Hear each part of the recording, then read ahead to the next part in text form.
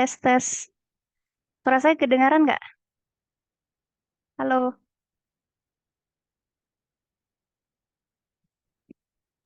Kedengaran Kak?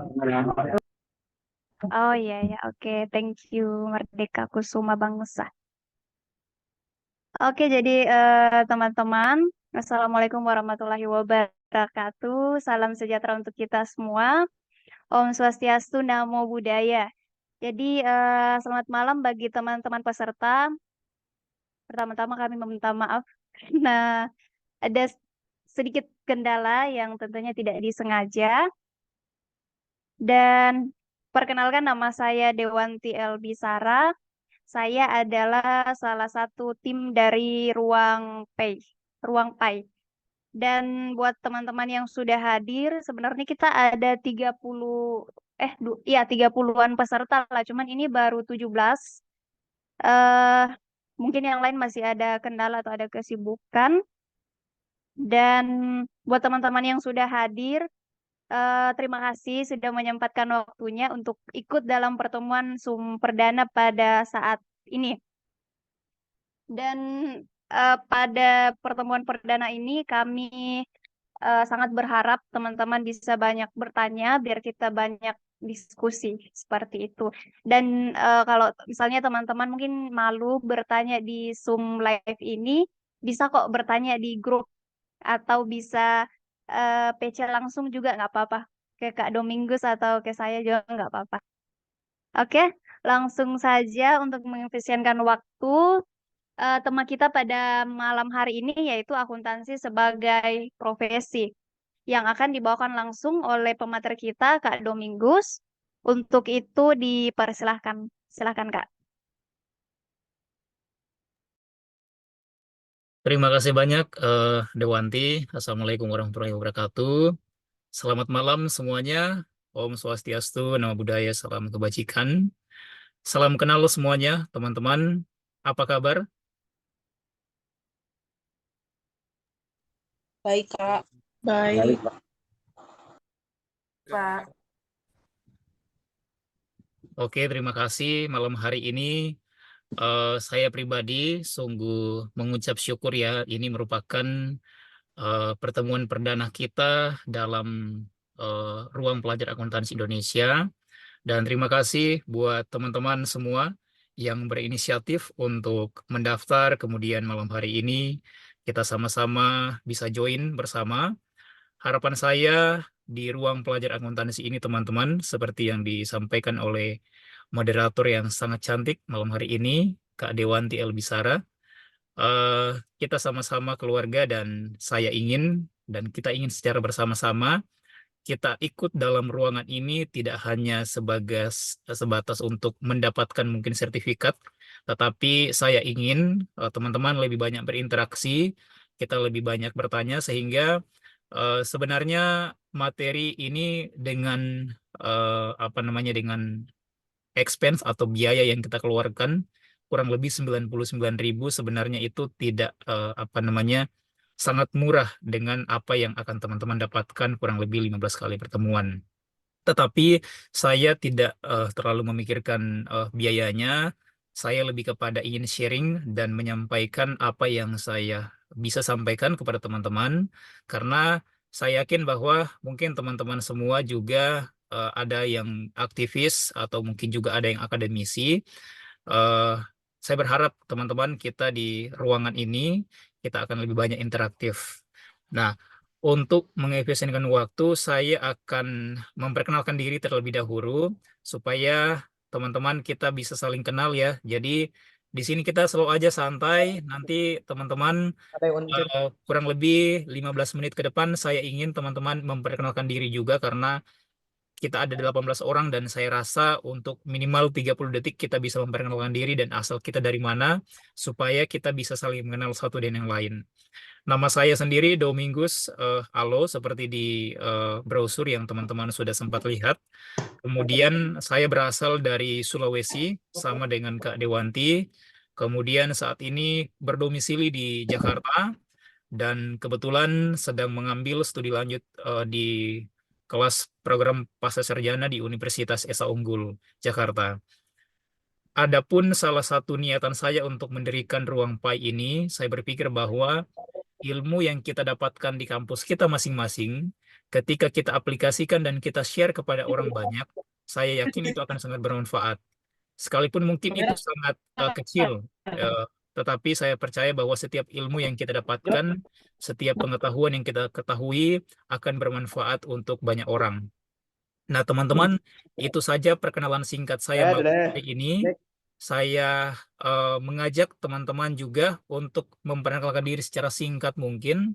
Kak Dewa bisa diabsensi secara singkat saja dari siapa yang bisa duluan kira-kira ya. Untuk sama-sama kita saling mengenal. Karena di chat sebenarnya udah saya kenal, tetapi malam hari ini biar kita sama-sama lebih enjoy lagi.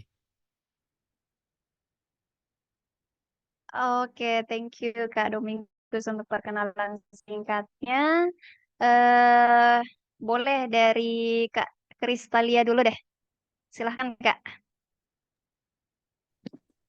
Halo Kak, halo semuanya. Perkenalkan nama saya Tasya Kristalia, biasa dipanggil Talia. Saya dari Surabaya. Ya, Oke. eh Ya, gimana? udah itu aja Kak? Oh iya, oke oke. Iya, ya. Oke, salam Kedepannya kenal. mungkin bakal ya. Lanjutnya dari Ananda Rizky boleh?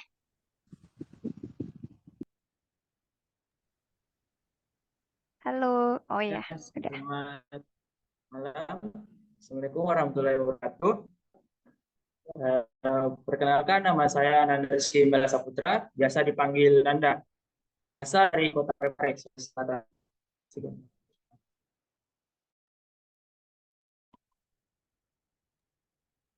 Oke, dari Merdeka Kusuma Bangsa. Assalamualaikum warahmatullahi wabarakatuh. Perkenalkan, nama aku Merdeka Puspa Bangsa. Asal aku dari Cilacap, Jawa Tengah. Oh ya. Oke. eh Kak Ridwan Hadiansyah. Baik, Assalamualaikum warahmatullahi wabarakatuh. Selamat malam semuanya. Perkenalkan nama saya Ridwan Hadiansyah, biasa dipanggil Ridwan. Asal saya dari Bandung. Terima kasih. Oke, dari Bandung. Selanjutnya Kak Lina Alawiyah. Lina Alawiyah. Silakan Kak. Halo semuanya, selamat malam. Perkenalkan saya Lina Alawia, dipanggil Lina. Saya berasal dari Jakarta. Oke, dari Jakarta. Selanjutnya Kak Serly. Halo semuanya, saya Sherly Olivia. Saya dari Tangerang.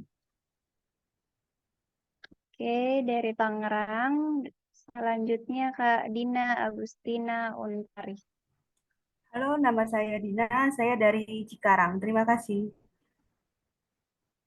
Dari Cikarang. Selanjutnya dari Magdalena Jovita. Halo semuanya, saya Magdalena, bisa dipanggil Alan. Saya berasal dari Halo. Madiun.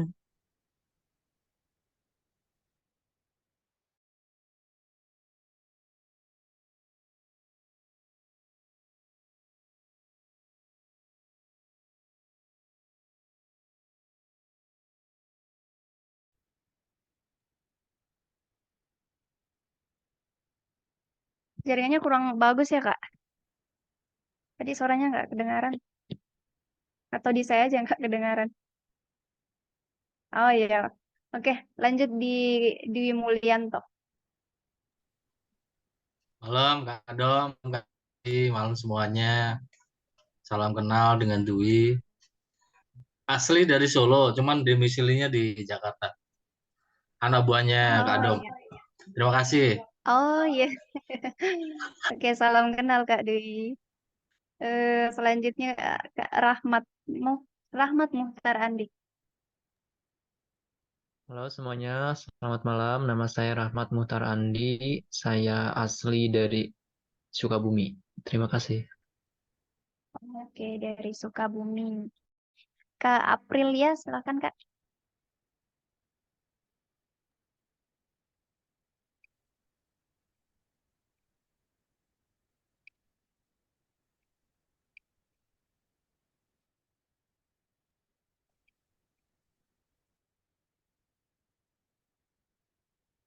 Oke, selanjutnya Kak Mas Nur.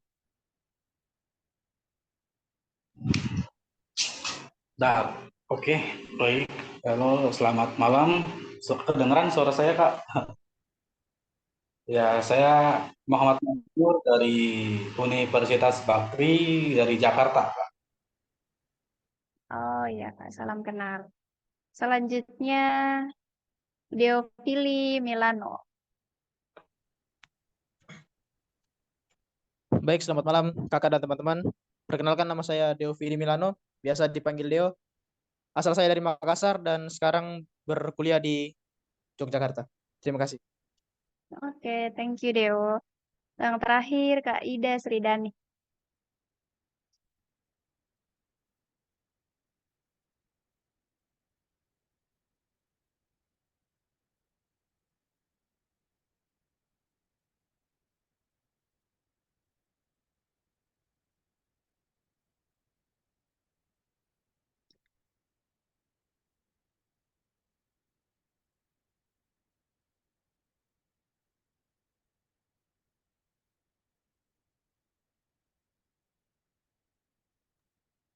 Ini di saya aja nggak ada suaranya ya? Mungkin jaringannya bermasalah, Kak Dewa. Oh, Iya. oke. Kalau begitu lanjut saja Kak. Karena sudah hampir 9:30. Oke, terima kasih teman-teman. Eh, malam hari ini ada sahabat saya yang hadir ya, Pak Dewi Mulyanto. Jangan bilang anak buah saya. Jadi Bapak ini sahabat saya dan kita sama-sama mengambil privat waktu itu ya di Trisakti. Ya, jadi terima kasih teman-teman sekali lagi buat perkenalan singkatnya. Teman-teman yang berdomisili di Jakarta, kapan-kapan kita bisa jumpa ya. Kita bisa ngopi bareng di Jakarta. Nanti kalau ada waktu kita bisa jumpa bersama. Teman-teman, untuk mempersingkat waktu, saya langsung masuk dalam materi malam hari ini. Sebelumnya saya akan memaparkan terkait dengan jadwal yang akan kita sama-sama lewati dalam 15 kali pertemuan ke depan. Ya, jadi eh, pertemuannya itu adalah ini adalah jadwal pertemuan kita bersama, teman-teman, dalam 15 kali pertemuan. Malam hari ini khususnya kita akan belajar bagaimana akuntansi sebagai profesi. Teman-teman perlu ketahui bahwa akuntansi ini sangat bermanfaat dan sangat dibutuhkan di tengah-tengah kehidupan bermasyarakat. Kemudian kita akan membahas kegiatan bisnis akuntansi. Juga kita akan membahas terkait dengan teknik akun. Kemudian kita akan membahas terkait dengan teknik menjurnal. Kemudian persiapan membuat jurnal umum. Kemudian persiapan membuat buku besar. Kemudian persiapan membuat neraca saldo. Kemudian mengetahui bagaimana cara membuat jurnal penyesuaian. Kemudian kita akan mengetahui bagaimana caranya membuat jurnal balik. Kemudian membuat laporan laba rugi. Kemudian membuat laporan perubahan modal. Dan membuat laporan keuangan lengkap. Dan yang terakhir adalah membuat jurnal penutup. Teman-teman, ada 2 kewajiban ya yang perlu diikuti oleh seluruh peserta. Jadi di sini kita nggak banyak-banyak kewajibannya. Hanya 2 saja teman-teman ya. Jadi untuk mendapatkan sertifikat, teman-teman wajib ya mengikuti kelas ini dari awal sampai selesainya nanti itu minimal 75% untuk sertifikat ya. Kemudian silakan teman-teman tulis nama lengkap pada list yang sudah dibagikan. Sebenarnya mungkin sebagian besar kita sudah menuliskan itu.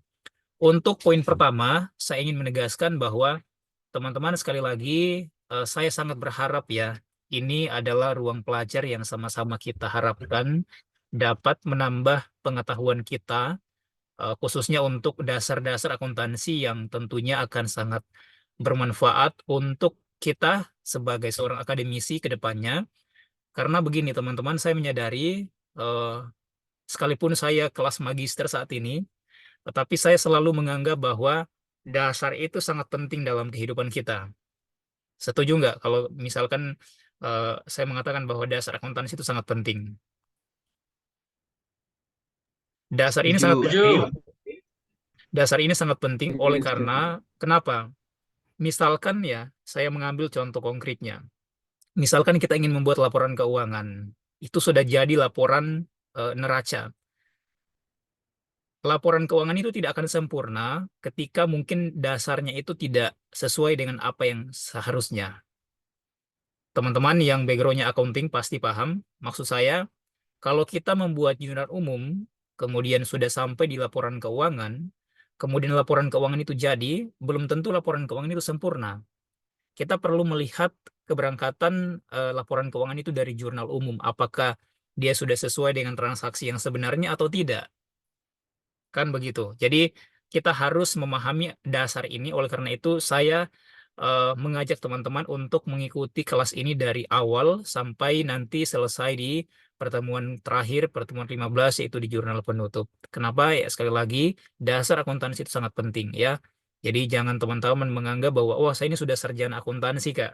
Saya ini sudah mungkin magister. Tetapi ketika kita tidak memahami dasar, maka kita akan kadang-kadang mengambang untuk masuk di dalam laporan keuangan lanjutan atau mata kuliah akuntansi lanjutan. Kadang-kadang kita di situ mengambang.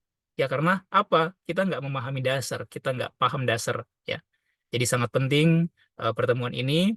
Dan sekali lagi teman-teman, malam hari ini saya berharap semuanya background accounting. Ya, ada yang bukan backgroundnya accounting? Saya, Kak. Saya. Pak Timotius, Pak Dwi, Ibu Dina ya? Saya.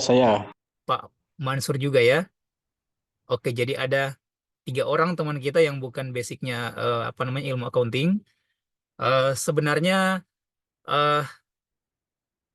kelas ini memang khusus untuk mahasiswa dan siswa. Jadi bagi saya pribadi sebuah tantangan untuk memberikan pemahaman ilmu ini kepada teman-teman yang bukan basic accounting ya. Oleh karena itu, kenapa dasar ini, kenapa di ruangan ini saya menjelaskan di awal bahwa kita akan belajar dasar ya. Jadi teman-teman kita di sini tidak akan belajar advance ilmu akuntansi, tetapi benar-benar kita akan belajar dasar supaya teman-teman kita yang tidak memahami akuntansi atau dalam tanda kutip masih awam dengan akuntansi, minimal mereka bisa memahami bagaimana caranya membuat laporan keuangan yang baik dan benar. Oke ya. Teman-teman, kita akan masuk dalam materi pada malam hari ini, yaitu akuntansi sebagai profesi.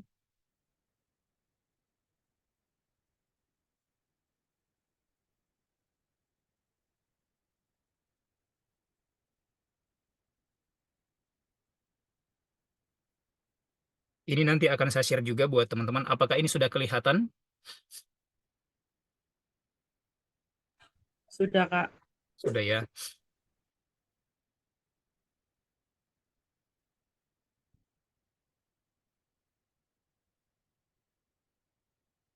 Oke, teman-teman, materi kita malam hari ini, pertemuan perdana kita malam hari ini, kita akan berbicara tentang akuntan sebagai profesi, ya, atau akuntansi sebagai profesi. Mengapa kemudian saya mengambil background ini, ya? Karena saya berpikir bahwa akuntansi itu di dalam masyarakat itu dipakai secara luas, ya. Jadi kalau kita melihat malam hari ini pemandangan yang indah, ini menggambarkan bahwa akuntansi itu dibutuhkan di seluruh kalangan masyarakat, baik itu di pemerintahan, baik itu di bisnis, baik itu di dimanapun itu, akuntansi ini sangat dibutuhkan. Oleh karena itu, sebagai seorang yang ingin belajar ilmu akuntansi, maka teman-teman saya perlu menyampaikan bahwa akuntan ini sangat dibutuhkan di tengah-tengah masyarakat. Kebetulan dalam 2 tahun terakhir, saya mengambil program profesi akuntan di Universitas Trisakti, dan malam hari ini saya akan menyampaikan poin-poinnya saja untuk mengawali pertemuan perdana kita pada malam hari ini. Karena sebenarnya ending daripada pertemuan kita ini adalah bagaimana kita dapat membuat laporan keuangan yang baik. Nah,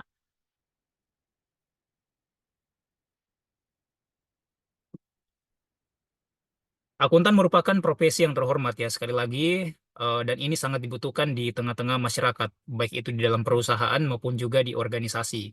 Jadi teman-teman yang saat ini berprofesi sebagai seorang staff accounting atau mungkin juga teman-teman yang saat ini belajar di bidang akademisi mengambil jurusan accounting, maka saya ingin mengatakan di awal bahwa cintailah ilmu ini, ya.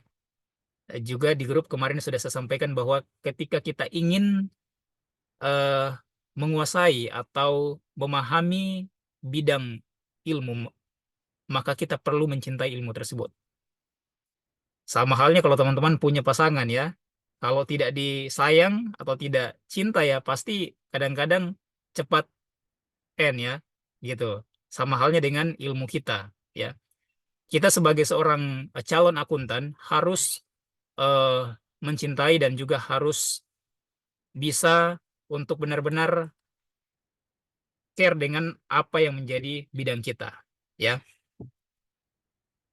Pekerjaan yang dilakukan oleh seorang akuntan adalah membantu dalam pengelolaan perusahaan, ya, terutama yang berkaitan dengan penyediaan informasi untuk pertanggungjawaban, pengendalian, dan pengambilan keputusan. Jadi teman-teman di sini ada kata pengelolaan. Jadi teman-teman yang basically-nya adalah seorang pelajar, ya, suatu waktu teman-teman ketika masuk di dalam perusahaan, maka ilmu teman-teman itu akan dipakai sebagai sarana untuk mengelola perusahaan, ya, untuk memperbaiki perusahaan. Misalkan mungkin perusahaannya ini sudah didirikan, tetapi belum ada tujuan dan arah kemana sih sebenarnya perusahaan ini. Nah, salah satu yang dibutuhkan di dalam perusahaan adalah hadirnya seorang accounting atau hadirnya seorang staff akuntan untuk mengelola dan untuk mengerahkan keuangan perusahaan akan dibawa kemana. Seperti itu, ya.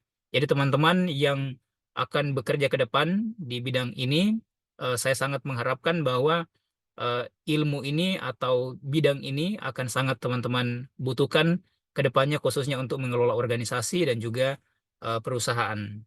Ketika sudah jadi laporan akuntansi itu, maka laporan itu akan dijadikan sebagai pertanggungjawaban dan juga pengambilan keputusan oleh pihak manajemen atau pihak perusahaan itu sendiri.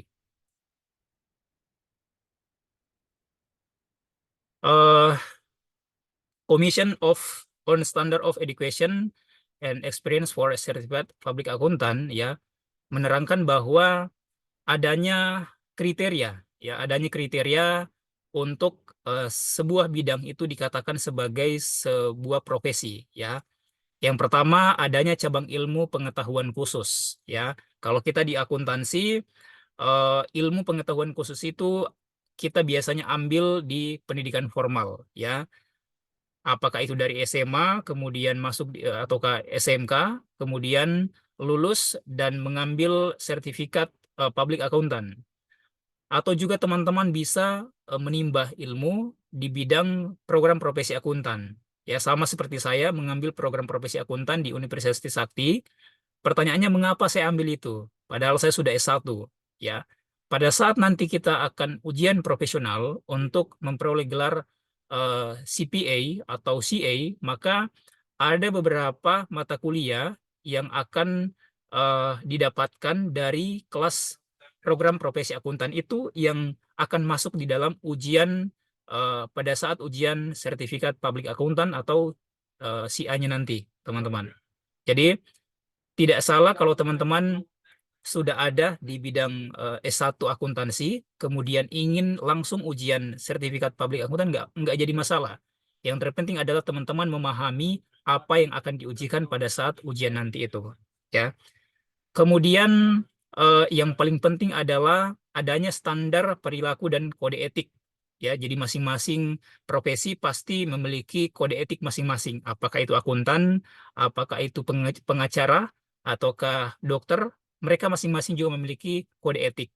Dan kita juga memiliki kode etik yang sama, yang berbeda tentunya dengan profesi yang lain. Kemudian adanya pengakuan status. Teman-teman masing-masing universitas, ya, memberikan gelar misalkan sarjana akuntan, ya, sarjana akuntansi. Itu belum dikatakan sebagai seorang akuntan. Itu hanya sebatas gelar dari kampus masing-masing, ya. Itu adalah kurikulum dari kampus masing-masing.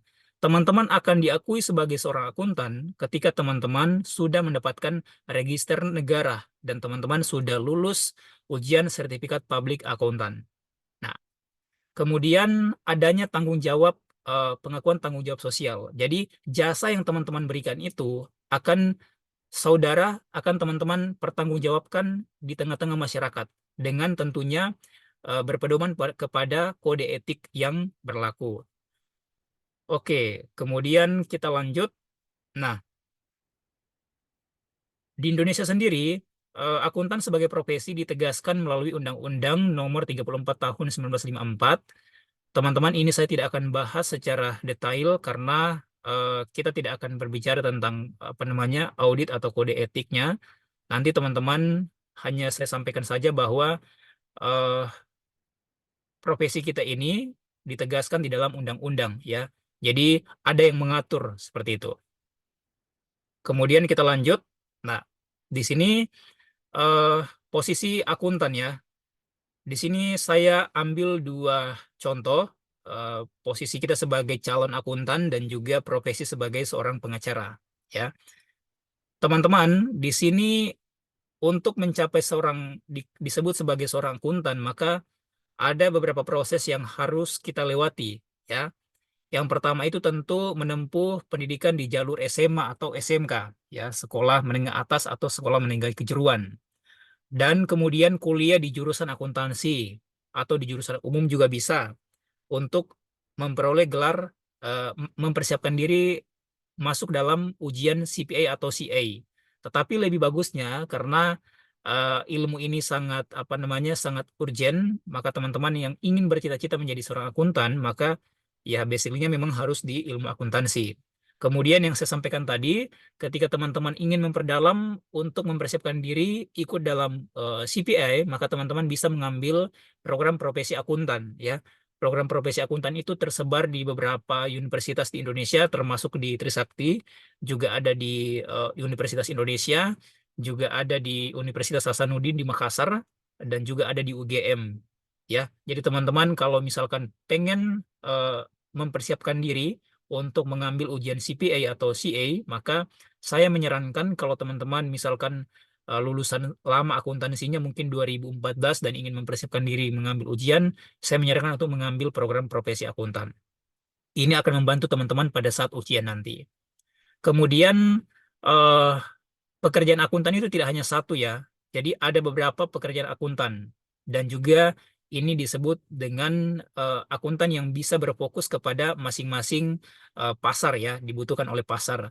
Teman-teman bisa berprofesi sebagai seorang akuntan pemerintah, kemudian teman-teman bisa berprofesi sebagai akuntan pendidik. Akuntan pendidik adalah orang-orang yang menyusun peraturan-peraturan terkini terkait dengan pedoman-pedoman akuntansi yang berlaku secara umum dan terupdate. Kemudian teman-teman bisa juga menjadi seorang akuntan di perusahaan yang biasa disebut dengan auditor internal, dan juga teman-teman bisa berprofesi sebagai akuntan publik yang memiliki kantor akuntan publik sendiri. Tetapi sekali lagi itu akan diperoleh ketika teman-teman sudah memperoleh gelar CPA yang diperoleh dari negara langsung. Kita lanjut. Akuntansi sebagai cabang ilmu pengetahuan. Akuntansi bergerak dalam bidang penyediaan informasi, terutama yang berkaitan dengan informasi keuangan. Informasi yang dihasilkan merupakan informasi akuntansi, ya. Jadi teman-teman yang awam juga, yang mungkin teman-teman yang baru belajar ilmu akuntansi, ya. Jadi ketika teman-teman mendapatkan mungkin sebuah case atau sebuah kasus, kemudian teman-teman disuruh untuk membuat laporan itu menjadi sebuah laporan keuangan, maka itu adalah disebut dengan informasi akuntansi yang dihasilkan oleh sebuah organisasi atau sebuah perusahaan. Kata penyediaan di atas mencakup kegiatan-kegiatan yang bersifat mengumpul data-data, pemrosesan data, pelaporan dalam bentuk informasi yang lengkap dan yang dapat dipercaya. Jadi teman-teman, menjadi seorang akunting itu harus detail, ya. Jadi teman-teman biasanya yang saya tahu menjadi seorang akuntansi itu atau staff finance atau staff akuntansi biasanya di kantor kita punya banyak musuh, ya, karena kita kadang-kadang mengambil seluruh data-data itu dengan benar-benar sangat detail, ya. Misalkan saya kasih contoh, misalkan 10.000 kita diberikan dari kantor kita untuk misalkan operasional ke salah satu tempat. 10.000 itu ketika dana itu sudah digunakan, maka dana itu harus memiliki data-data yang real, data-data yang pas, sesuai dengan dana yang sudah dikeluarkan. Contohnya yang dibutuhkan adalah nota-nota. Dan nota itu benar-benar harus real ya, teman-teman. Kalau saya menerapkan di kantor saya seperti itu. Makanya biasanya yang saya katakan tadi, staf keuangan itu atau staf accounting itu kadang-kadang biasa dibenci oleh teman-teman sekantor sendiri karena benar-benar tegas terhadap keuangan. Karena ya pada saat kita nanti ingin menyusun laporan keuangan, maka akan diperlukan informasi yang lengkap sehingga laporan itu akan dapat dipercaya oleh manajemen kita. Dan juga ketika misalkan ada kreditor yang akan menanamkan atau bank yang akan memberikan kita kredit ya, teman-teman, biasanya itu diminta juga ya laporan keuangan yang lengkap dan juga laporan yang dapat dipercaya. Teman-teman, kita lanjut. Di sini bidang akuntansi ada beberapa kategori. Yang pertama itu akuntansi keuangan, auditing, kemudian akuntansi manajemen, akuntansi biaya, penganggaran, akuntansi perpajakan, dan lain-lain. Teman-teman nanti bisa mencari tahu sendiri fungsi dari masing-masing bidang akuntansi ini. Setahu saya untuk akuntansi keuangan itu sendiri adalah bidang yang menyajikan laporan keuangan untuk kebutuhan manajemen bisa, kemudian juga untuk kebutuhan eksternal bisa. Kemudian bidang auditing itu biasanya lebih kepada memeriksa laporan keuangan yang sudah dihasilkan, dan ini kebanyakan mereka yang sudah berpraktik sebagai orang yang ada di kantor akuntan publik ya. Kemudian akuntansi manajemen adalah akuntansi yang dibuat untuk memberikan data itu kepada manajemen untuk laporan pertanggungjawaban dari pihak manajer kepada manajemen akan seperti apa arah perusahaan ke depan ini dengan pertimbangan-pertimbangan dari seorang akuntansi manajemen. Kemudian akuntansi biaya, penganggaran, dan akuntansi perpajakan lebih kepada bagaimana kita menyediakan kewajiban kita sebagai misalkan company korporat untuk kewajiban kita ke pemerintah untuk memberikan pajak kita kepada pemerintah sesuai dengan peraturan yang berlaku. Ini tadi yang di awal saya jelaskan, teman-teman, bahwa menjadi seorang akuntan itu ya kita harus berpegang teguh kepada kode etik profesi yang berlaku ya. Kode etik ini seperti peraturan kita sebagai seorang akuntan ya. Kita sebagai seorang akuntan tidak boleh menjalankan peraturan kita sendiri ya. Misalkan saya mau A, harus A, tidak. Kalau di akuntan, maka kita dinaungi oleh kode etik profesi. Ya, ada standar atau ada pedoman yang mengatur ketika kita sudah berpraktik sebagai seorang akuntan untuk menyalurkan apa yang kita bisa atau jasa yang akan kita berikan itu di tengah-tengah masyarakat. Jadi ada standar, dan kemudian ketika itu dilanggar, biasanya mereka akan mendapatkan sanksi dari organisasi yang menaungi seorang akuntan tersebut ya. Di sini teman-teman ada 5 ya kode etik profesi. Teman-teman bisa nanti baca dan cari tahu lebih lanjut lagi. Seorang akuntan harus memiliki integritas. Itu udah pasti, udah harus. Karena misalkan teman-teman ingin memberikan jasa kepada orang lain, kemudian misalkan laporan keuangan yang diberikan oleh orang itu tidak sesuai dengan standar akuntansi yang berlaku, kemudian orang itu mengatakan kepada teman-teman, silakan dibuat ini, tolong diperbaiki dengan baik, saya mau seperti ini, dan bla bla. Nah, di sini kita sedang diuji sebagai seorang akuntan, bagaimana kita mempertahankan profesi kita untuk tetap terhormat di masyarakat. Nah, kemudian perilaku profesional, kemudian kita harus objektivitas, dan tentunya harus memiliki kompetensi profesional sebagai seorang akuntan. Di sini tadi sudah saya jelaskan di awal juga, apa sih pekerjaan sebagai seorang akuntan itu. Tentu yang pertama adalah menjadi seorang akuntan publik. Untuk menjadi seorang akuntan publik, maka teman-teman perlu memiliki gelar Certified Public Accountant ya, CPA. Jadi untuk membuka kantor akuntan publik, teman-teman wajib mengikuti ujian CPA. Dan ini juga yang sedang saya perjuangkan teman-teman hari ini. Mohon doanya ya. Untuk membuka kantor akuntan publik, kita harus memiliki gelar CPA. Dan kemarin saya tanyakan ke salah satu pengurus IAI untuk memperoleh itu juga kita dibutuhkan pengalaman minimal 5-10 tahun berprofesi sebagai seorang auditor, baik itu di akuntan publik ataupun juga di dalam corporate. Teman-teman yang punya kerinduan untuk menjadi seorang akuntan, silakan untuk mengikuti syarat dan prasyarat yang dibutuhkan. Kemudian akuntan manajemen ini biasanya lebih menyiapkan dan menyediakan laporan keuangan untuk kebutuhan manajemen untuk pengambilan keputusan. Akuntan pemerintah seperti yang tadi sudah saya jelaskan, dan juga akuntan pendidik. Kemudian apa sih kegunaan informasi akuntansi? Ya, hasil pekerjaan akuntan dan apa kegunaannya sehingga memperoleh tempat terhormat di mata masyarakat, yang seperti saya jelaskan tadi bahwa informasi akuntansi itu bersifat urgen ya di tengah-tengah masyarakat ya, sehingga informasi ini sangat dibutuhkan karena dengan adanya informasi ini maka orang lain yang akan misalkan berinvestasi ke dalam perusahaan katakanlah, mereka dapat tinggal melihat laporan keuangan, laporan akuntansi yang akan kita sampaikan kepada mereka. Nah, teman-teman, di sini kita sedikit masuk di teknis ya. Tadi teman-teman ada yang dari bukan backgroundnya seorang ilmu akuntansi. Di sini ada saya memberikan sedikit contoh kasus ya. Katakanlah ini di depan kantor Gubernur DKI Jakarta ya. Ini hanya seandainya saja, ini diasumsikan saja. Kalau saya melihat tiap hari bolak-balik di kantor gubernur nggak ada penjual bakso di sana. Malah kalau ada disuruh pulang ya, nggak boleh jualan di depan kantor gubernur. Nah, untuk memperluas usahanya, Bapak Budi memutuskan untuk berjualan di depan kantor gubernur DKI Jakarta. Bapak Budi memulai usahanya dengan meminjam uang tetangganya sebesar 1 juta. Ya, jadi mindsetnya adalah ini Bapak Budi, dia bangun usaha, tetapi dia tidak punya modal, teman-teman.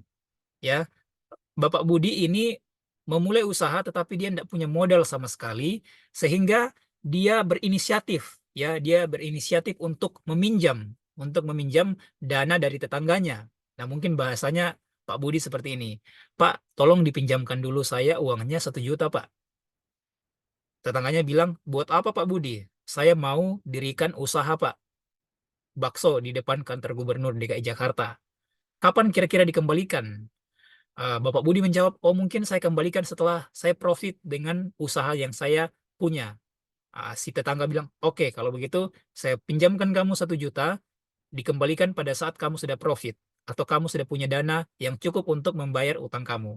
Nah, singkat cerita, nah, bagaimana akuntansi mencatat agar Bapak Budi suatu waktu ingat bahwa dirinya pernah berhutang untuk memperluas usahanya, maka Bapak Budi akan mencatat itu sebagai kas pada utang usaha. Ya, bisa jelaskan seperti ini. Di sisi lain, Pak Budi mendapatkan uang dari tetangganya sebesar 1 juta. Ya, dia mendapatkan uang sebesar 1 juta itu sebagai modalnya dia untuk memulai usaha. Tetapi di sisi yang lain, Bapak Budi juga memiliki utang kepada tetangganya yang harus dia bayar katakanlah sebulan setelah dia meminjam dana itu. Nah, oleh karena itu Bapak Budi harus mengingat ya. Ya udah pastilah, jangan sampai teman-teman berhutang tapi nggak ingat mau dikembalikan ya. Jadi wajib mengingat setiap utang yang kita pinjam kepada orang yang menolong kita. Nah, teman-teman, maka Pak Budi akan mencatat itu sebagai utang usahanya dia. Di dalam akuntansi, nanti kita akan bahas rumusnya, dia akan bertambah. Jadi posisi kasnya bertambah 1 juta, tetapi juga ternyata posisi utangnya ini bertambah. Karena kan sebelumnya ini Pak Budi belum pernah berhutang.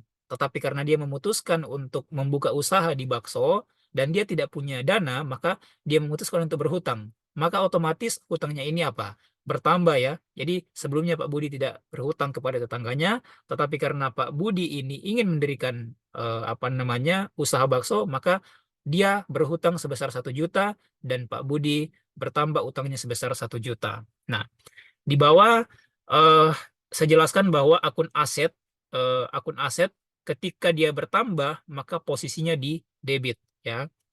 Dan ketika posisinya berkurang maka posisinya di kredit ya. Ingat ya, posisi akun aset pada saat dia bertambah posisinya di debit dan posisinya pada saat dia berkurang, misalkan suatu waktu dia akan bayar utangnya dia, maka posisinya akan di kredit ya. Demikian juga dengan utang usaha. Utang usaha untuk saldo normalnya dia ada di kredit ya, teman-teman. Itu adalah saldo normal ya. Ketika dia berkurang, maka dia ada di debit ya. Itu saldo normalnya. Nanti teman-teman boleh bertanya ya. Atau ada yang mau bertanya di sini? Yang ingin bertanya ada? Oke, kita lanjut. Nah, ini adalah saldo normal yang teman-teman, saya sangat mengharapkan ini teman-teman hafal ya. Jadi untuk masing-masing jenis itu, jenis akun masing-masing memiliki eh, penambah dan pengurangnya ya. Di dalam akuntansi ada 5 rumus yang benar-benar harus kita hafal, yaitu akun aset, kemudian akun kewajiban, kemudian akun ekuitas atau akun modal, kemudian akun pendapatan, dan juga akun beban. Sekali lagi, akun aset, akun kewajiban, akun ekuitas, dan juga akun pendapatan dan akun beban. Aset itu mempunyai rincian, banyak sekali rincian aset. Ada seperti kas yang kita pegang di tangan, ada persediaan, ada perlengkapan, ada peralatan, ada tanah, ya. Itu semua adalah macam-macam aset. Tetapi akan diklasifikasikan menjadi akun yang bersifat lancar dan juga akun yang bersifat tidak lancar atau yang bersifat jangka panjang, ya. Yang bersifat lancar itu contohnya mungkin seperti yang bisa dicairkan pada saat itu juga adalah kas yang kita miliki di bank misalkan, atau mungkin persediaan, atau mungkin piutang kita memberikan atau menjual sesuatu kepada orang, belum dibayar waktu itu, tetapi dia hanya menjanjikan suatu waktu saya akan bayar, maka itu akan dikatakan sebagai piutang, dan itu akan masuk di dalam aset jangka pendek yang sewaktu-waktu bisa kita dapat tagih di dalam satu jangka waktu periode akuntansi. Teman-teman, sudah ada yang tahu ya dengan jenis akun ini? Tadi Pak Dwi sudah paham ya? Aman, Kak. Oke, kita lanjutkan. Nah, di sini saya memberikan sebuah pertanyaan kepada teman-teman ya. Tadi Pak Budi sudah mendirikan sebuah usaha bakso dan dia berutang ya pada waktu itu. Asumsikanlah bahwa Pak Budi sudah membayarkan hutang itu kepada tetangganya ya, sehingga Pak Budi tidak lagi memiliki utang kepada tetangganya ya, asumsikan seperti itu. Kemudian sekarang Pak Budi menyetorkan uang pribadinya sebagai penambah modal untuk usahanya sebesar 500.000 ya, dan dia tidak berhutang. Kemudian Pak Budi juga membeli perlengkapan berupa pisau dapur sebesar 50.000. Nah, teman-teman, Anda sebagai seorang akuntan diminta oleh Pak Budi untuk menyusun transaksi tersebut dan buatkanlah jurnal umumnya. Ada yang paham dengan pertanyaan ini? Pak Dwi, kira-kira kalau dibuatkan dalam bentuk jurnal umum, ini modelnya akan seperti apa, Pak?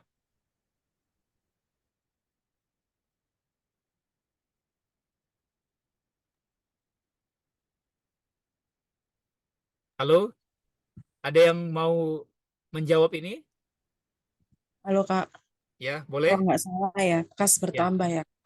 Ya. Kas bertambah kenapa? Masuk di debit kah? Ya. Oke.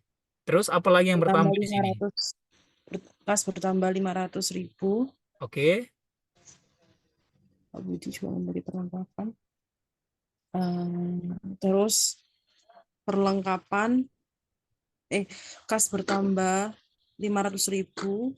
Ya. Setelah itu perlengkapan bertambah masuk di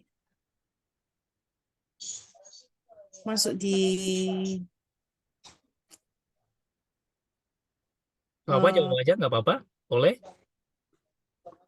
kas bertambah 500.000. Terus perlengkapan bertambah masuk di kredit. Sorry, gimana Kak? Perlengkapan adalah bagian dari aset lancar. Iya, oke, sorry. Heeh. Oke, saya bantu jelaskan ya. Terima kasih buat Pristalia yang sudah membantu menjawab. Jadi eh, ada 2 akun di sini yang mempengaruhi aset ya. Jadi ada 2 akun di sini yang mempengaruhi aset. Yang pertama itu adalah akun kas ya, dan yang kedua adalah akun perlengkapan. Teman-teman ingat ya, ingat bahwa akun aset, apapun jenis aset itu, ketika dia dalam posisi bertambah, maka saldo normalnya ada di debit ya. Ingat bahwa jenis aset apapun itu, apakah itu piutang, apakah itu perlengkapan, apakah itu peralatan, apakah itu tanah, ketika dia bertambah, maka posisinya ada di debit ya. Ketika dia berkurang, posisinya ada di kredit. Nah, dalam kasus ini Pak Budi menyetorkan uang pribadinya sebagai penambah modal. Nah, otomatis sebagai penambah modal, maka kasnya dia menyetorkan kas ke dalam perusahaan untuk menambah modalnya. Nah, otomatis kasnya ini bertambah sebesar 500.000. Nah, maka kita akan mencatat ini sebagai penambah aset. Setuju ya, teman-teman ya? Ini adalah penambah aset kasnya itu ya.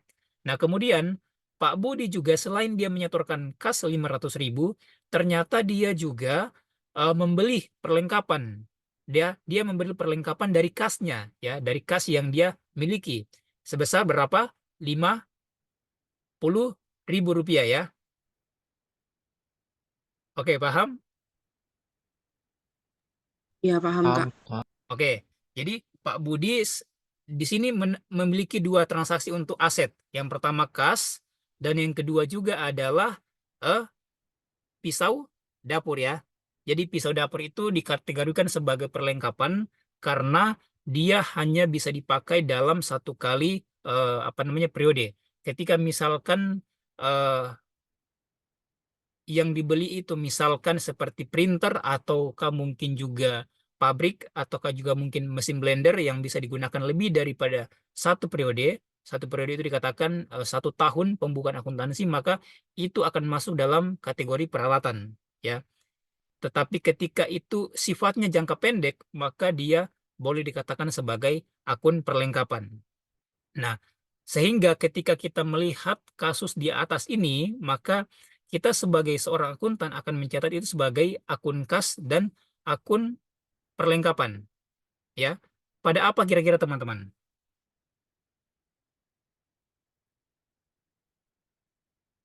Sorry, di sini Pak Budi juga membeli perlengkapan pisau sebagai dapur, menambahkan ya. Sorry, saya salah mencatat kalimatnya. Di sini menambahkan juga ya untuk untuk pisau dapurnya. Jadi dia nggak membeli dari kas tetapi menambahkan. Nah, nilai pisau dapur itu sebesar 50.000. Ya, nilai pisau dapur itu sebesar 50.000. Sehingga di sini akan ada 2 transaksi, 3 transaksi yang akan kita catat karena ini adalah penambah modal. Kak, Yang jadi pertama, tidak mempengaruhi modal. Sorry. Gimana? Jadi dia itu tidak mengurangi uang kasnya gitu ya. Betul ya. Sorry, saya salah catat di sini. Seharusnya di sini bahasanya Pak Budi juga menambahkan perlengkapan berupa pisau dapur dan harga perlengkapan tersebut adalah 50.000. Harusnya bahasanya seperti itu. Nah, otomatis ada 3 transaksi yang akan kita catat. Yang pertama itu kas sebesar 500.000, itu bertambah posisinya di aset. Kemudian juga kita catat perlengkapan berupa pisau itu posisinya ada di aset, dan kita akan mencatat modalnya sebesar berapa kira-kira? 500 bukan Kak? 550. 550 ya. Jadi ada mempengaruhi ya. Jadi ada 2, kas dan juga perlengkapan yang sama-sama bertambah. Nah, kita harus tahu bahwa ketika modal itu bertambah, ingat bahwa saldo normalnya ada di kredit. Nah, di sini dalam kasus ini ada tiga transaksi yang mempengaruhi transaksi dari Pak Budi ini. Yang pertama itu kas, yang kedua itu adalah perlengkapan, dan yang ketiga adalah modal ya. Jadi ketika dicatat dalam jurnal umum, maka posisinya kas sebesar 500.000, kemudian perlengkapan sebesar 50.000, dan modalnya sebesar 550.000. Dari mana 550.000 itu? Dari 500 kasnya sebesar 500 ditambah dengan perlengkapannya sebesar 50.000. Itu adalah modal Pak Budi untuk menambah modal usahanya yang tadi, modal bakso ya. Seperti itu. Apakah teman-teman sudah paham untuk kasus yang sangat sederhana ini? Paham. Teman-teman yang lain? Paham. Sebelum kita masuk Ini, di yang halo terakhir, Kak, mohon izin Kak, di boleh. kolom chat ini ada yang bertanya, terus juga ada yang berusaha memberi jawaban dan ada yang meminta untuk coba tuliskan persamaan akuntansinya biar paham. Seperti Oke, itu Kak. oke baik. Terima kasih. Eh, berarti nanti saya ini dulu ya, saya akhiri dulu ya, tinggal sedikit ya. Oke teman-teman, terima kasih. Jadi ini adalah eh sabar. Kita selesaikan case di sini dulu ya, kalau begitu ya. Saya mencoba untuk masuk di dalam Excel dulu, teman-teman. Mohon ditunggu.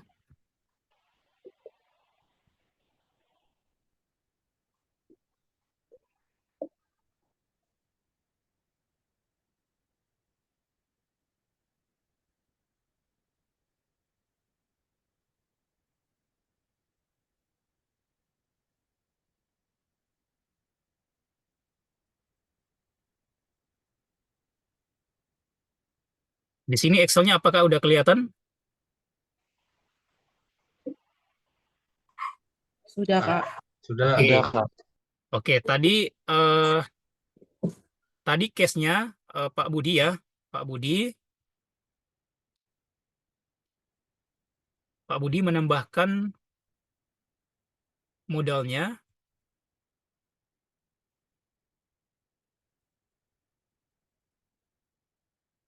dengan dua case ya, yaitu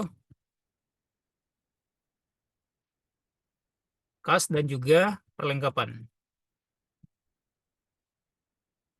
Kasnya itu sebesar 500.000 dan juga perlengkapannya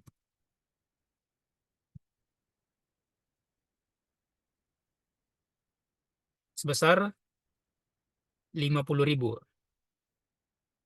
Ini saya buatkan persamaan dasar akuntansinya ya. Oke.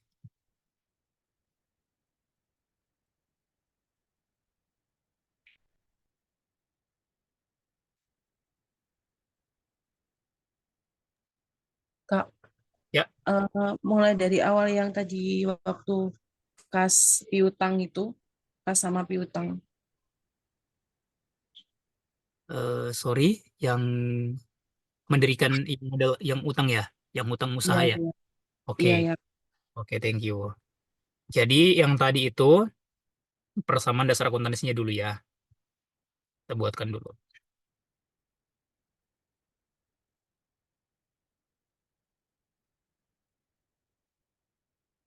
Di sini ada di dalam laporan keuangan ada 3 yang kadang-kadang mempengaruhi laporan keuangan.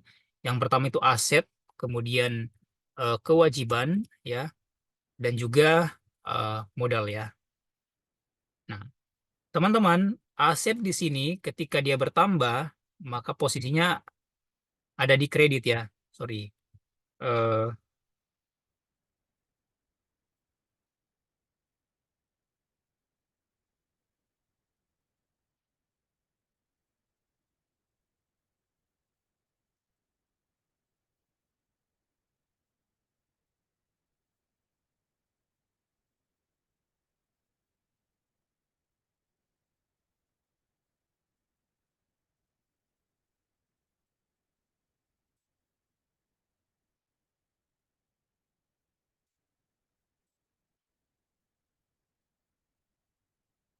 posisi aset ya, posisi aset pada saat dia bertambah dia posisinya ada di kredit ya, di debit ya. Nah, pada saat dia berkurang, maka posisinya ada di kredit. Nah, untuk kewajiban pada saat dia berkurang, posisinya ada di debit ya. Ini berkurang. Pada saat dia bertambah, posisinya ada di kredit ya. Modal pada saat dia bertambah, posisinya ada di kredit ya. Kemudian pada saat dia berkurang, posisinya ada di debit ya. Nah, dalam kasus yang pertama tadi, yang Pak Budi meminjam uang kepada tetangganya, di sini posisinya ada dua akun yang berpengaruh. Yang pertama itu dari sisi kewajiban ya, dari sisi kewajiban. Tadi Pak Budi meminjam uang kepada tetangganya sebesar berapa? 1 juta ya. 1 juta rupiah. Ini adalah utang ya. Utang usaha Pak Budi ya. Utang usaha Pak Budi.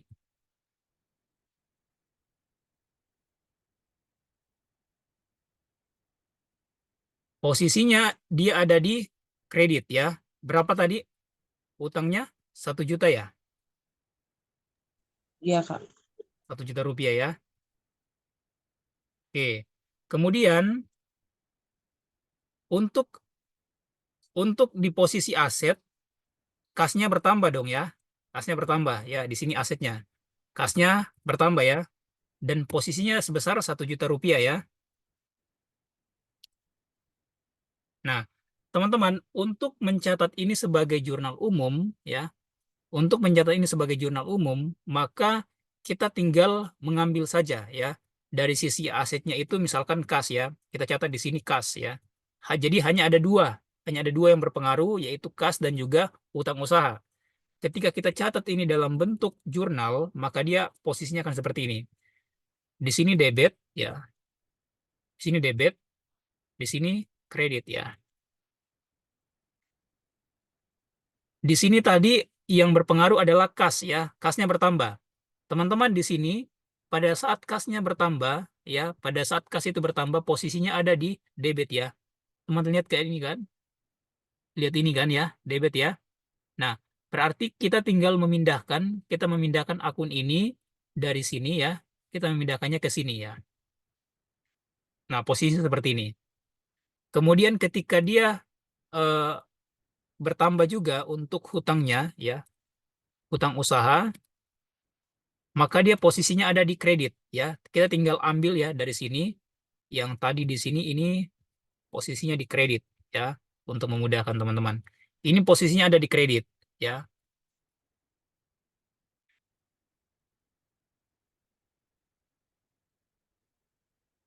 Nah, sehingga di sini ada dua akun yang berpengaruh terhadap keputusan Pak Budi tadi untuk mengambil hutang kepada tetangganya ya.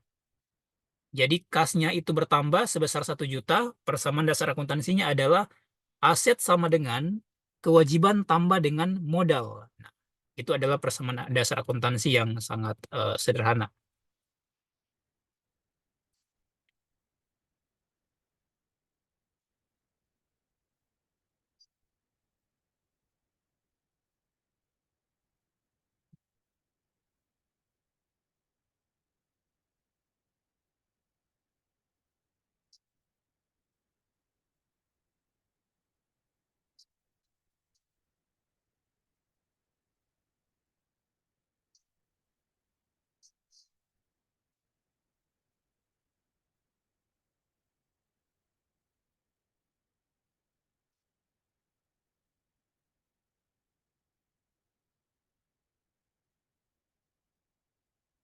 Nah, teman-teman, yang menjadi modalnya Pak Budi tadi itu adalah 1 juta ya.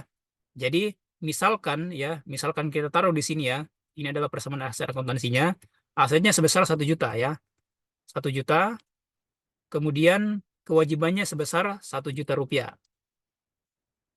Di dalam akuntansi dikatakan laporan ini baik ketika itu balance ya. Jadi Di sini tadi posisinya di debit itu sebesar 1 juta dan juga di sini kewajibannya sebesar 1 juta. Jadi di sini posisi debitnya dan juga di sini adalah posisi kreditnya. Itu teman-teman persamaan dasar akuntansi daripada Pak Budi. Masih ada yang bingung, teman-teman? Untuk case yang pertama, sebelum kita masuk ke case yang kedua, Jelas, Kak. jelas ya? Kak, Oke, Kak, boleh? maaf. Mm-mm. Kalau untuk piutangnya itu Eh, dipegang Untuk piutang di case ini belum ada, Dek. Ini, Oh, ya, Mungkin ini maksudnya masih hutang. ada. Dia masih punya hutang ya. Jadi hanya hutang saja ya. Jadi karena Pak Budi meminjam, jadi yang punya piutang itu adalah Pak Budi ya. Pak Budi yang punya piutang kepada tetangganya Pak Budi yang punya piutang kepada Pak Budi ya. oh, iya. Oke, jadi dalam hal ini Pak Budi tidak memiliki piutang kepada tetangganya, tetapi dia hanya memiliki utang ya sebesar 1 juta rupiah. Iya, Yang, Kak. yang punya piutang adalah tetangga Pak Budi kepada Pak Budi. Oke? Oke, sekarang kita lanjut ke case yang kedua. Tadi Pak Budi memperluas usahanya dengan menyetorkan kasnya sebesar berapa? 500.000 ya. 500.000. Kemudian dia juga menambah dengan perlengkapan ya. Siap. Perlengkapan sebesar 50.000. Ingat bahwa akun aset bertambah posisinya di mana? Debit. Debit. Dan perlengkapan bagian daripada Aset. aset ya. Oke. Nah, ini dikategorikan sebagai modal ya. Dari keseluruhan ini antara kas dan juga perlengkapan, ini adalah modalnya Pak Budi. Nah, modal pada saat dia bertambah posisinya di mana? Kredit. Kredit ya. Jadi otomatis modal Pak Budi di sini ada, di sini modalnya 550.000 ya.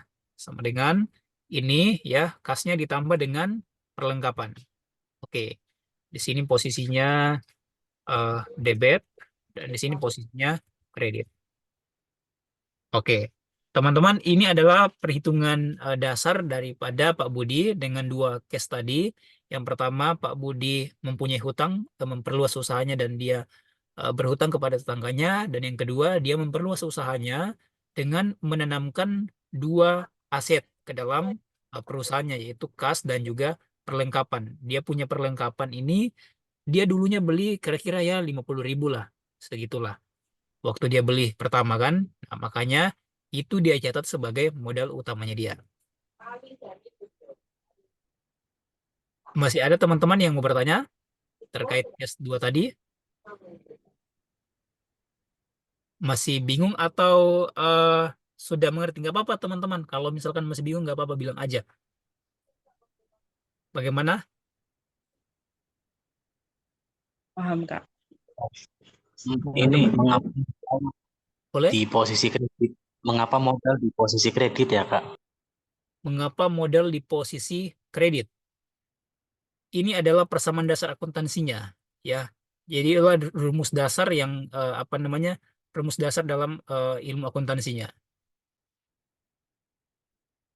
Jadi di sini kalau kita mengacu kepada rumus persamaan dasar akuntansi, kita mengacu di rumus saja, Kak Mansur ya.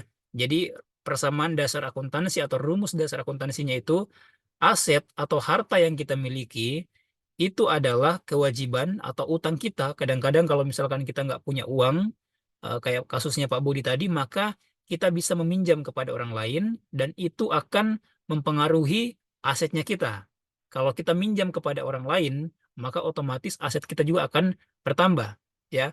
Tetapi kalau misalkan kita berutang, itu tidak akan mempengaruhi modal. Akan mempengaruhi modal juga, tentu modal kita juga akan bertambah. Gitu. Ini sesuai dengan rumus yang sesuai dengan persamaan dasar akuntansinya. Kak, kas sama modal itu perbedaannya apa ya, Kak? Kalau kas itu adalah kas yang kita pegang ya, kas yang kita pegang di tangan. Kemudian modal adalah seluruh harta yang kita miliki, ya. Seperti itu. Misalkan kalau kas itu katakanlah di sini eh, kita buat case baru ya. Kita buat case baru ya. Kasnya misalkan 500.000 ya. Katakanlah 1 juta ya. Kemudian di sini kewajibannya itu sebesar 500.000. Sorry.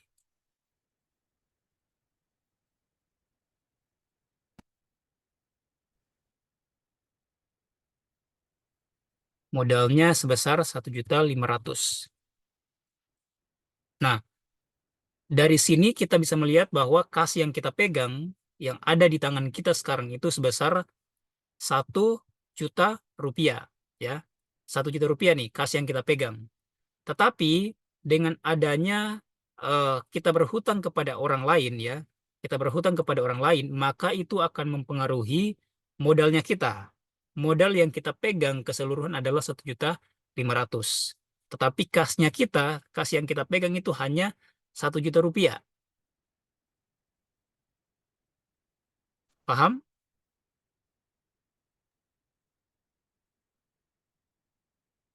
Oke Kak, paham. Kak Mansur bagaimana?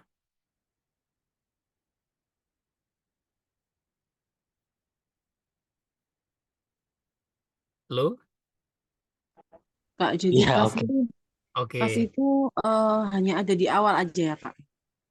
Kas itu Atau sewaktu-waktu dapat berubah ya. Jadi misalkan kita dirikan usaha di awal, di akhirnya belum tentu kasnya akan sama. Karena kas itu pasti akan berpengaruh dari kegiatan-kegiatan yang kita lakukan, misalkan selama 1 periode, katakanlah mungkin 1 minggu atau 1 bulan, itu akan berpengaruh terhadap kas yang akhir yang akan kita pegang. Mungkin dalam perjalanan misalkan 1 bulan itu kita menjalankan usaha, kita membeli sesuatu, tetapi juga mungkin kita mendapatkan sesuatu, ya. Misalkan dari kas kita itu kita membeli aset katakanlah, otomatis kas kita ini nanti akan berkurang. Tetapi di sisi yang lain, kita mendapatkan aset berupa misalkan perlengkapan atau misalkan peralatan, tetapi kasnya kita berkurang. Tetapi kita punya asetnya dari sisi perlengkapan dan juga peralatan bertambah. Dan itu adalah sama-sama harta yang dimiliki oleh perusahaan di dalam periode itu.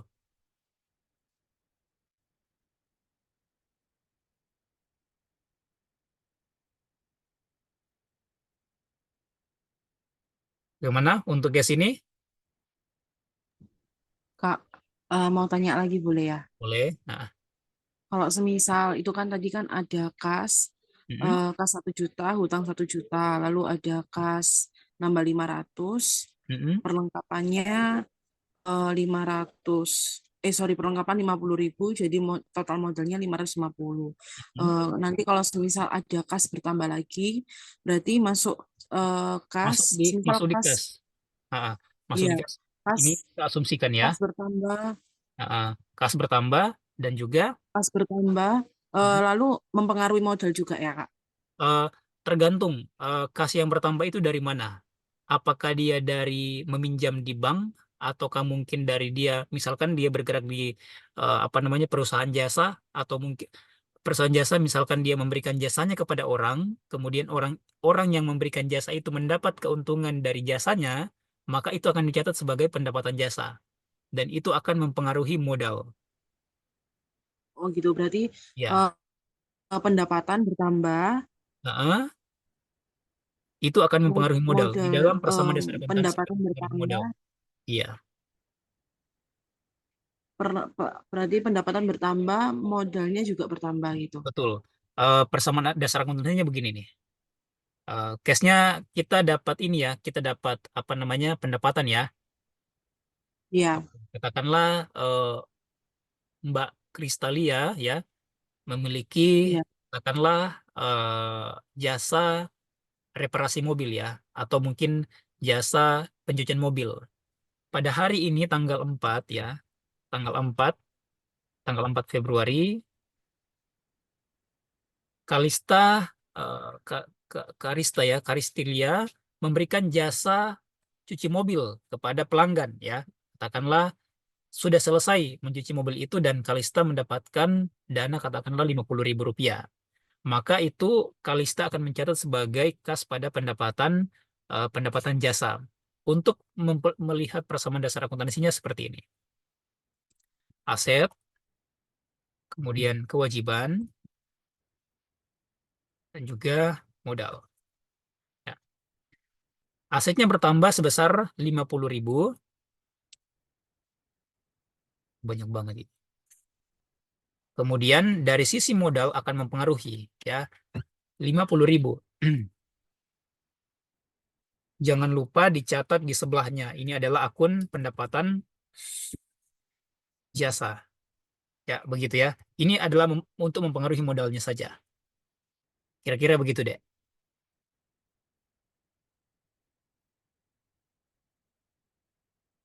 Misalkan Kalista dengan uang 50.000 ini, ya, Kalista kan punya karyawan nih, ya kan? Kalista punya karyawan. Kalista membayar karyawan itu beban jasa untuk pencucian mobil hari ini misalkan.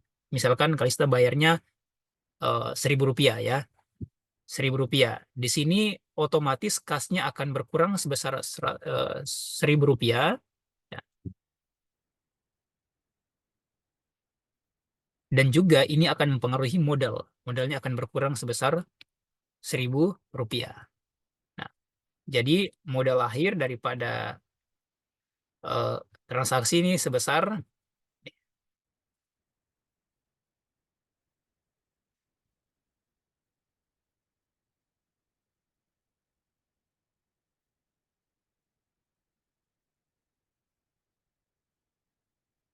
di sini letak pengaruhnya. Ya, jadi di sini kita bisa tulis sebagai beban tukang lah, atau beban tukang ya, tukang cuci mobil ya, gitu. Jadi otomatis dia punya kas di akhir itu sebesar 49.000 ya, dengan dari akun pendapatan yang dia terima di awal sebesar 5.000 tadi. Tapi karena dia bayar beban tukang yang cuci mobil, maka ini akan mempengaruhi modal dan juga tentu akan mempengaruhi kasnya. Bagaimana, Dek?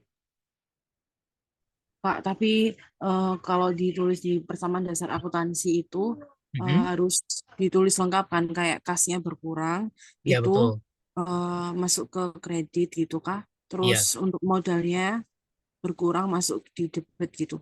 Oke, saya buat dalam bentuk jurnal umumnya ya. Oke, kalau misalkan tadi ini pendapatannya kita transaksikan di yang pertama ya. Jadi kasnya itu bertambah dan juga pendapatan jasa bertambah. Di sini sebesar berapa? 50.000. Kemudian ini adalah debit. Tadi pendapatan bertambah di mana? Dengan rumusnya, rumus awal akuntansi, pendapatan bertambah di mana? Di kredit ya. Halo, Karistalia? Iya, Kak. Ya. Iya, Kak. Oke, jadi jurnalnya seperti ini. Kemudian kalau misalkan dia bayar tadi ya, beban tukang, maka dia posisinya seperti ini ya. Beban ya, beban tukang pada kas ya, sebesar 1.000. Nah, di sini kita bisa melihat apakah persamaan dasar akuntansi dengan jurnal umumnya ini sama ya. Jadi di sini kalau kita masuk dalam buku besarnya, nanti kita akan bahas nanti buku besarnya di pertemuan selanjutnya, buku besarnya ya. Jadi di sini ada 2 transaksi. Yang pertama itu untuk mempengaruhi kasnya. Kasnya tadi di sini awalnya sebenarnya saldo awalnya itu sebesar 50.000 ya. Tapi karena dia membayar tukang, maka di sini kita tulis membayar tukang itu sebesar debit, kredit, debit ya. Sebesar berapa? 1.000 ya. Ya, Maka Kak. saldo akhirnya dia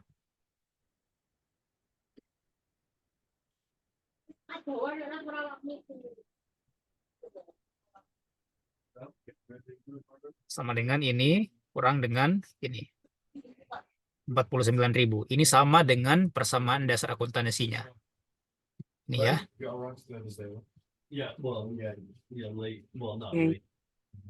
Oke.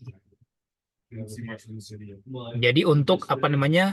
Untuk merincikan pengeluaran dan juga pendapatannya dia. Nah, untuk akun pendapatan ini nanti kita akan gunakan pada saat kita menyusun laporan laba rugi, ya. Akan menyusun laporan laba ruginya nanti.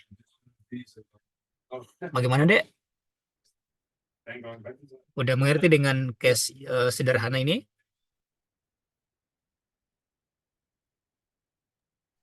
Sudah, Kak. Oke. Oke, teman-teman kita lanjut ya. Teman-teman yang lain bagaimana? Udah aman kan? Udah amankah dengan case yang sangat sederhana ini? Aman, Kak. Oke, kita lanjut ya.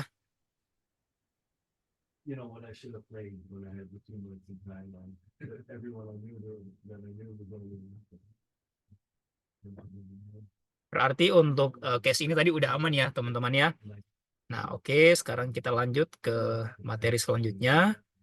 Nah, ini adalah materi terakhir ya, teman-teman.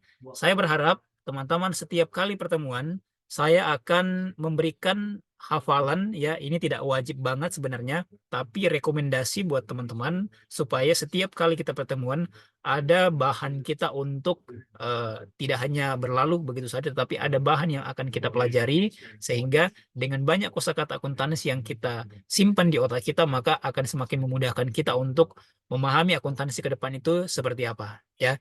Jadi teman-teman, saya mohon teman-teman hafal ke-6 bagian ini ya. Akuntan ini sebenarnya mungkin kelihatannya sangat sederhana, tapi ketika teman-teman bisa hafal ini tiap kali pertemuan, maka tiap kali pertemuan teman-teman akan memiliki banyak kosakata dan itu akan lebih memperkaya kemampuan teman-teman untuk memahami akuntansi itu sendiri. Oke, teman-teman, sekian dan terima kasih untuk pertemuan perdana kita malam hari ini. Kalau misalkan ada yang mau ditanyakan, monggo silakan.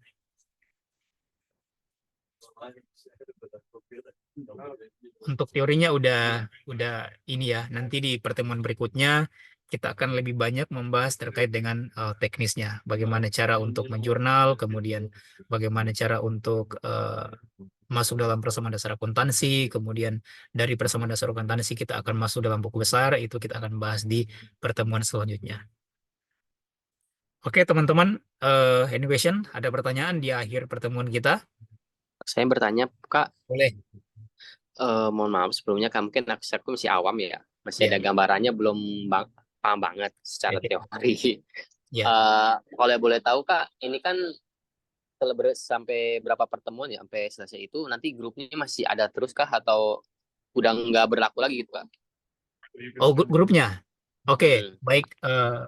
Pertanyaan yang sangat baik ya. Jadi ini merupakan kelas perdana dan saya secara pribadi bersama dengan Kak Dewa tentunya akan berinovasi untuk menghadirkan ruang PAI ke depan, baik dari sisi dasar, kemudian juga akuntansi keberlanjutan selanjutnya. Kami akan usahakan untuk menyediakan itu. Ya, jadi minimal kita memahami dasar dulu. Kita jangan pengen banget masuk di dalam lanjutnya, tetapi di dasarnya ini kita tidak memahami dulu. Jadi saya pengen teman-teman kalau benar-benar belum dipahami, jangan malu untuk bertanya ya. Saya berikan contoh kasus ya. Saya bilangkan kemarin bahwa saya ingin membuka ruangan ini di Singapura dan hari ini saya ada di Singapura. Saya baru pertama kali datang di negara ini, teman-teman. Kalau misalkan saya tidak bertanya, maka saya bisa sesat di negara ini. Tapi karena saya berani untuk bertanya, maka saya bisa kemana saja saya bisa pergi ya. Jadi intinya dalam pertemuan kita dari awal sampai terakhir, teman-teman jangan ragu untuk bertanya. Teman-teman yang mau sharing juga silakan, dipersilakan, sangat dipersilakan ya. Oke, masih ada. Jadi itu ya, Merdeka Kusuma Bangsa. Oke, Untuk baik Kak. jawabannya. Makasih Kak. Sama-sama ya. Kak, Masih ada Kak yang ingin bertanya? saya Kak. Boleh, Pak. Untuk modulnya Bu, bisa di-share ya? Oh iya, nanti saya share modulnya. Untuk yang hafalan di sebelum Siap. tadi, Iya. sebelum di soal tadi kan ada kayaknya hafalannya penting banget itu. Siap. Oke. Makasih Kak. Terima kasih Mas Dwi. Ya. Masih adakah yang ingin ditanyakan?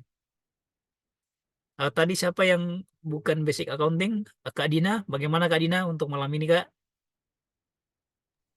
Oke, Kak. Udah mulai ya? Udah mulai Iya. paham ya Kak? Paham. Oke deh, thank you. Teman-teman yang lain bagaimana? Sebelum kita akhiri pertemuan kita malam ini. Kak, mungkin ada perlengkapan yang harus kita siapkan gitu Kak untuk kelas selanjutnya yang tanggal 7 itu kan. Ya betul. Itu apa kita perlu buku untuk latihan juga gitu untuk apa pertanyaan soal-soalnya gitu, kasus-kasusnya. Oke Kak, makasih. Oke, terima kasih. Jadi nanti kita akan menyiapkan studi kasus ya, yang akan sama-sama tentunya kita selesaikan secara bersama. Dan mungkin akan kebanyakan kita membahas studi kasus ya nanti teman-teman ya di pertemuan-pertemuan selanjutnya. Nanti kita pertemuan di hari Kamis ya teman-teman. Rabu ya. Jamnya jam berapa ya Pak? Maaf. Sama 19.30.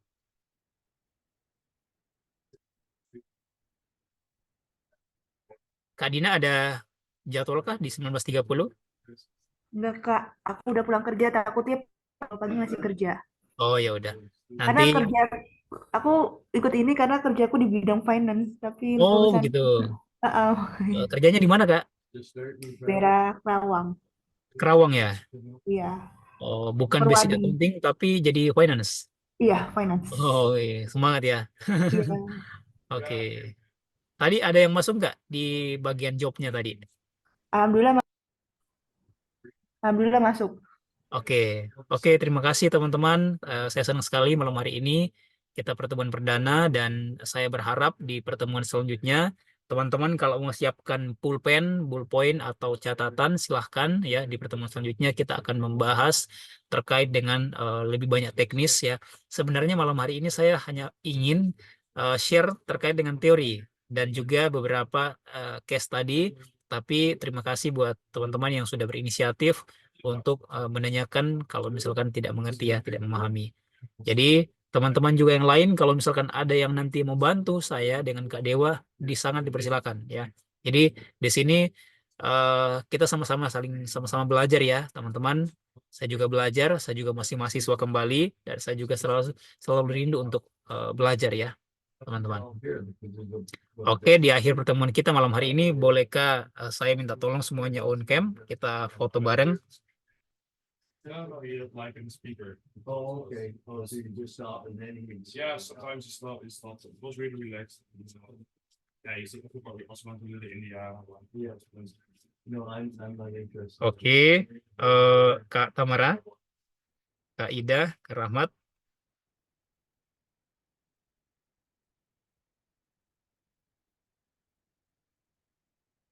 Deo. Oke. Siap. Oke, teman-teman, saya ambil ya gambarnya. Atau Kak Dewa mau ambil gambarnya? Kita buka, Deng. Oke. Ya, saya ambil gambarnya ya. 1, 2, 3. Sekali lagi 1, 2, 3. Oke, terima kasih banyak teman-teman malam hari ini buat waktu dan kebersamaannya. Saya sangat bersyukur teman-teman punya inisiatif untuk hadir malam hari ini.